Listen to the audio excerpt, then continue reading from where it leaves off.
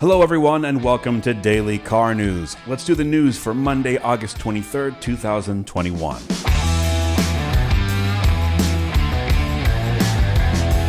Before we get started, consider subscribing to the YouTube channel. That way you can stay up to date every single day of the week with the automotive industry, and don't forget to like the video. It really helps. So first up, let's talk about Ford's EV lineup. We had a tweet a few days ago that went out from Mike Levine, who is Ford's North American Product Communications Director, with an image teasing potentially an electric Bronco. The recent Jeep 4xe plug-in hybrid has been pretty successful, and it seems like this hybrid, plug-in hybrid, and full electric off-road kind of small SUV market might be on its way up. So with this teaser image of the Bronco, we could be seeing a fully EV version, maybe sharing hardware from the Mach-E, or more likely the Ford Lightning, with batteries and motors and maybe even some of the power export features. So that's pretty exciting. Check out this image and let me know what you think. What would you like to see electrified, and do you think an EV Bronco is a good move? So last week we covered the new Genesis GV60, which is Hyundai's kind of offering into the luxury EV market.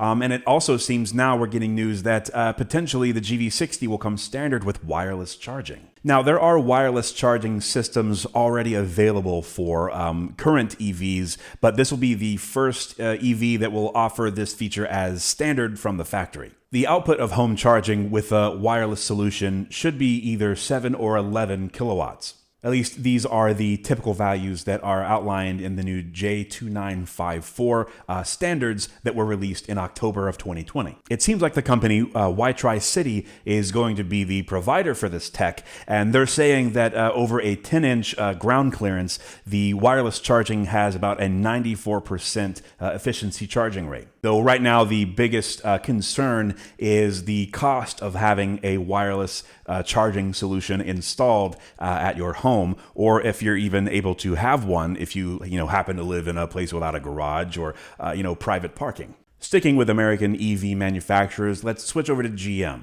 It seems like GM, starting today, Monday, August 23rd, is going to put a week-long halt on the production of the Bolt and Bolt EUV at their Orion plant in Michigan. This it has something to do with the chip shortages as of late, but GM say that they haven't run out and it hasn't affected the production yet. This is seems to be just kind of a precautionary measure. GM is also saying that the chip shortage shouldn't affect the production of both the Cadillac Lyriq and the new Hummer. The Hummer EV that comes out, both of which come out in 2022. It seems that data put forth by Auto Forecast Solutions is predicting that this shortage will affect at least 7.1 million vehicles in the near future. Data that was released by Auto Forecast Solutions states that they are estimating the shortage to affect almost 7.1 million vehicles globally. Switching over to Tesla, let's talk about the Model Y. It seems that on August 20th, a few days ago, the first shipment of the Model Ys made in China arrived in Norway. 1,300 Model Ys showed up in Norway. 1,300 Model Ys were delivered from the ship, the Glovis Supreme, which sounds like a video game villain, which is one of 3 ships that are carrying these Model Ys to Europe.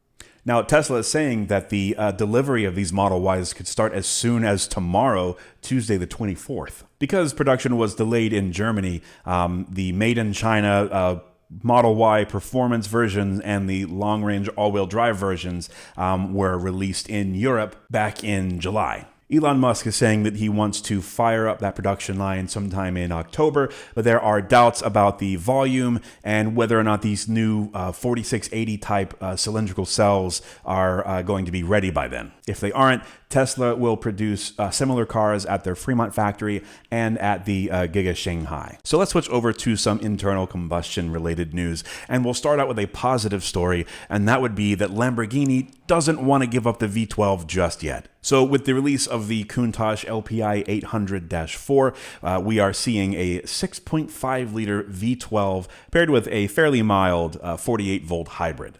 But according to Maurizio Reggiani, which is the man leading the technology and engineering team over at Lamborghini, the V12 is Lamborghini's calling card. It's what the customers want to hear when they think of Lamborghini. As our friends over at The Drive very eloquently put it, he's straddling the line between heritage and progress. He says that for now, Lamborghini is focusing on hybrids, but a fully electric car is on the horizon. This is due largely in part to a partnership that they have with MIT, where they have basically developed a new material that will serve as a base for a new generation of supercapacitors. Basically, it's the next level in battery technology. He sees 10 years down the road the experience they had with the Urus as a way of expanding their product line, adding new and different kinds of vehicles to the Lamborghini stable. So my question to you is this: what would you want to see from Lamborghini? We have, of course, have all the crazy hypercars. We have the SUV with both the Urus and the LM002. What do you want to see from Lamborghini? How do you envision their move into both hybrid and fully electric car making? This next little bit of news could be fairly controversial, and that is that GM is going to require a buckle to start feature in their upcoming 2022 full-size trucks and SUVs. Basically, this feature means that the vehicle will not turn over, will not start, unless the driver has the seatbelt buckled. So they introduced this feature already in a few of their models starting in 2019 in what's called a teen driver mode. It is you can disable it in the vehicle, at least in these 2019 to 2021 vehicles. You can turn it off, but it seems like moving forward, you're gonna have to be buckled up to start the truck. Now, I can see where this might be mildly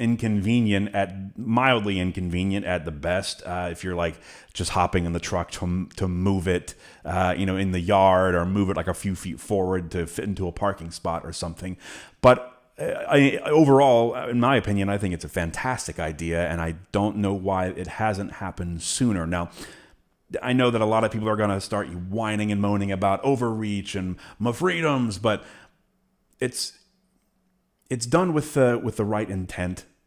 So we'll see how this plays out. So here's another positive story dealing with Aston Martin. Now, we know that for the 2022 model year, Mercedes has basically all but canceled their V8 lineup, stating shortages and delays.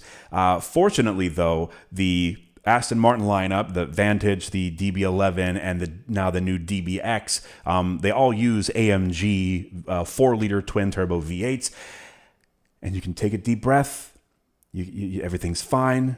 Aston Martin has apparently a stash of these V8s just lying around, and production will carry on as normal, which is great, because I was, thinking about popping out to the local Aston Martin dealership and picking up maybe 2 or 3 Aston Martins in 2022. So it's a relief for me, and I'm sure that for the majority of our viewers, we are all collectively sighing in relief that Aston Martin will carry on. Okay, now this last story that we have today is really exciting for me, because as a former Mazda RX-7 owner, the rotary holds a special Dorito-shaped spot in my heart. Now, earlier this year, with rumors that Mazda was working on a hydrogen-powered rotary for a potential limited production run sports car, to now the rotary range extender that's going to be in the new MX-30 in 2022,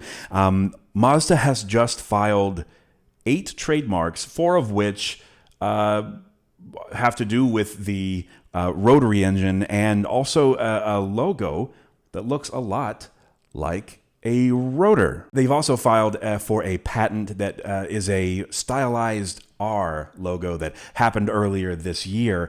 Now, we do know that a few of the patents that were just filed have to do with the, let's see here, eSkyActiv R Energy, eSkyActiv R HEV, and eSkyActiv REV. Those all have to do with the the range extender and like the hybrid systems, but let's take a minute here. We have a stylized R, we have a rotary shaped logo, we have confirmation that there's going to be a rotary range extender in an upcoming vehicle.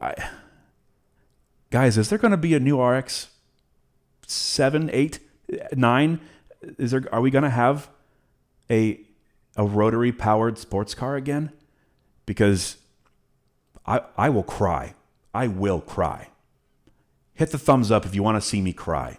Subscribe to the YouTube channel for more daily news. Thanks so much for watching. You can find all of our socials down in the description. We'll see you tomorrow.